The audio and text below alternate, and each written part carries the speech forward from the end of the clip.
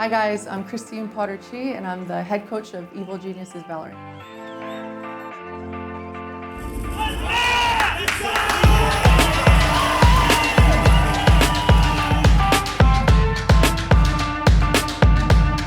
Well, this year has been really exciting. As you guys all know, we've got that huge 10-man roster. Trying to make that work has been a lot of work for me and my coaching staff, but it's been an exciting year. And I know there's been a lot of questions about our roster and subbing people in. Long story short, in that 100 Thieves series, in the prep leading up to it, we had been practicing with Demon 1 on specific maps, subbing Brendan out. Then we realized that the sub rules are really tricky. You have to lock the roster in the night before, and that would prevent us from using the roster we would have wanted for map 1 if 100 Thieves picked, for instance, Icebox or whatever map we were prepping for that 5. So it got tricky. So yeah, coming into map that second week, we had to change our strategy up a little bit. And so right now we're tinkering with that a little bit, but as I said, it's exciting. We have a lot of firepower, we have a lot of talent, and figuring out exactly which combination is gonna be the best, it's kind of fun. So with Demon 1, I mean, he stood out right from day one. We had over 1,000 applicants in that open tryout process, and he stood out immediately. He's just so talented and so fresh. He's the epitome of a demon in the ranked server for sure. Just his presence and his confidence, you could see it right away from the eye test. He just doesn't back down. And having that sort of prowess in the server, it means a lot, especially in our defense setups or whatever game plan we're trying to do. Having a player with that much confidence, we can really do a lot with it. So he stood out, and it's been amazing seeing the progress. Let's go, baby.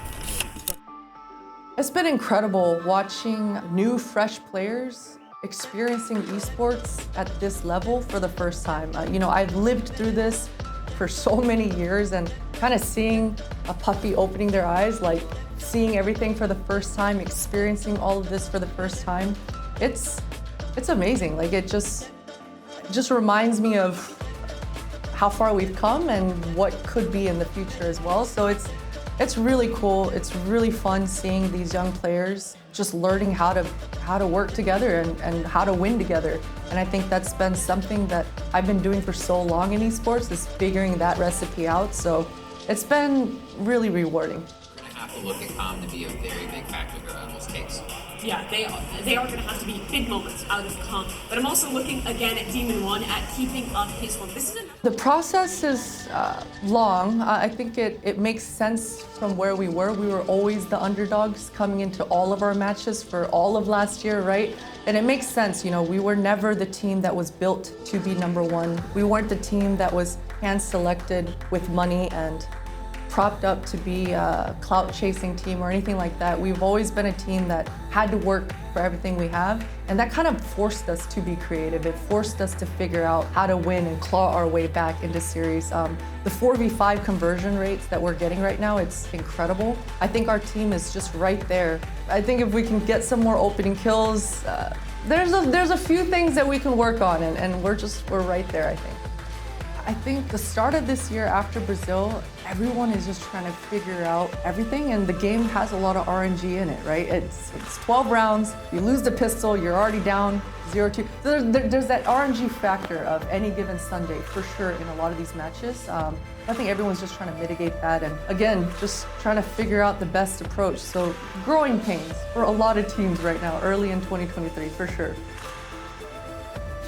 You know, we're feeling confident. I mean, scrim bucks don't mean anything, but we are feeling like we're growing and getting better and progressing week by week.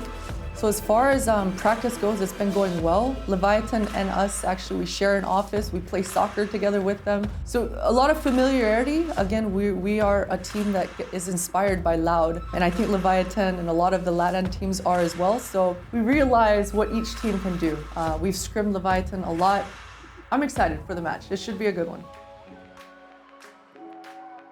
It's changed. It's changed quite a bit dependent on what's needed, you know? There's different timeouts for everything, but for our team, we do a lot of prep, a lot of talking about what our game plan is going to be coming into the event or the tournament, the match. Generally speaking, I don't like to time out, even if we're down 0-4, because everyone is on the same page of what's going to be coming up. Then by round 5, our ultimates are already online. We already know what to do with those ultimates. There's also a debate on the swing rounds to timeout, even if we've only lost 1 round, to try to solidify the round. There's a lot of different approaches. We're doing all of them. And it's just dependent on what the players need for that moment. If they're communicating well and they've already got their game plan all set out and it sounds good and they're feeling confident, a timeout's not needed, right? We practice and scrim a lot leading up to the match. So I just read the room and do what's needed in that moment. Thank you guys so much for supporting us. You know, we're not the team, again, that's the clout chasing team. We're not tweeting all the time, but we work hard. We've got a lot of passion for this game, and we've got a lot of undiscovered talent. So keep following us, keep supporting us, and we're gonna keep trying to make waves.